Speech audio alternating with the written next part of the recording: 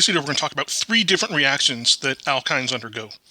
They're not really related to one another, other than the fact that they all involve alkynes, but they're all fairly short, so I decided to combine them into one video.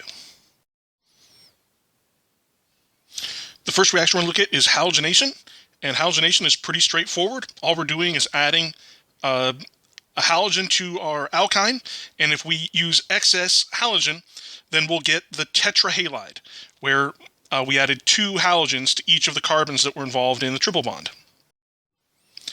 If we use just one equivalent of the halogen, then we'll get the dihalide and still have an alkene. And when we do the halogenation of alkynes, we get both the anti and the syn product.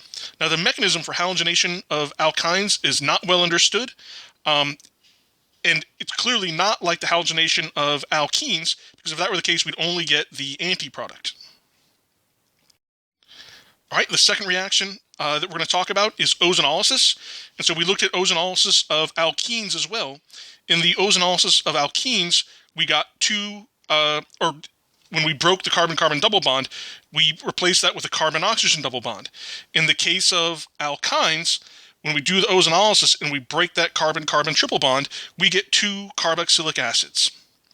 And if we do ozonolysis on a terminal alkyne, where we've got sort of a CH on one end, in that case we get a carboxylic acid, and then this carbon is turned into carbon dioxide.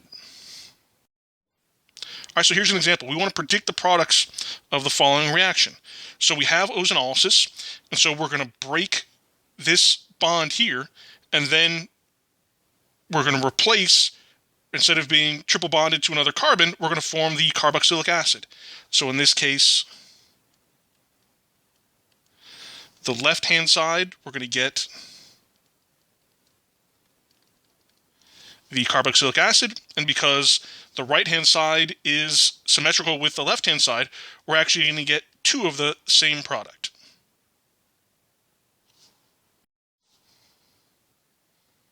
Our third reaction is the alkylation of terminal alkynes. So earlier in the chapter, we talked about the acidity of alkynes, and how the fact if I had a strong enough base, like sodium amide, I could deprotonate the alkyne to give me the alkynide ion. Turns out alkynide ions are good nucleophiles, and so we can undertake an SN2 reaction by reacting my alkynide ion with an alkyl halide. And so when the alkynide ion acts like a nucleophile, the halogen acts as a leaving group, and this is a way to get a new carbon-carbon bond. And so this is a very useful reaction for synthesis.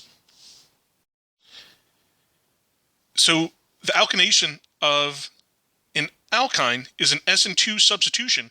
And so if you remember from our discussion of the SN2 mechanism, that works best with methyl and primary halides.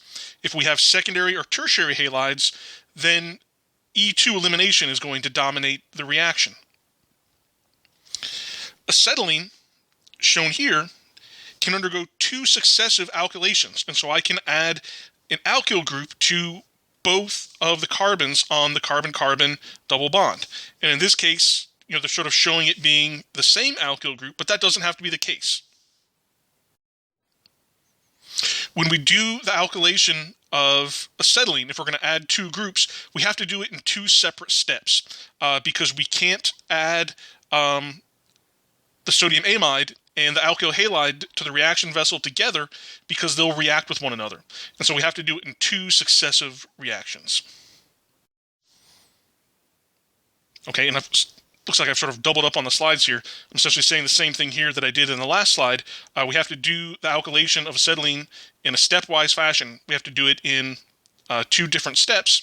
Otherwise, the NaNH2 and the alkyl halide would react with one another. But the ability to make carbon-carbon bonds is really powerful in synthesis, and so we can make complex target molecules by doing this alkylation of terminal alkynes and then converting functional groups into other functional groups.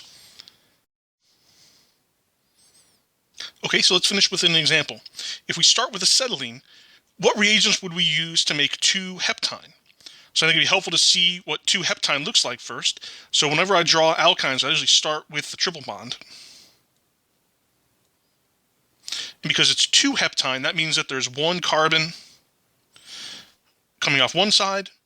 And now I have 1, 2, 3 carbons. So to be heptine, I need 7. So I need 4 more coming off the right. So here's 1, 2, 3, 4. So I have 2-heptine. So acetylene, right, it's just 2 carbons connected by a triple bond, and then, of course, there are hydrogens on the end there. So I need to add a methyl group to one side. I need to add a 1, 2, 3, 4. I need to add a butyl group to the other side. So it doesn't matter what order we do it in, but let's add the methyl first.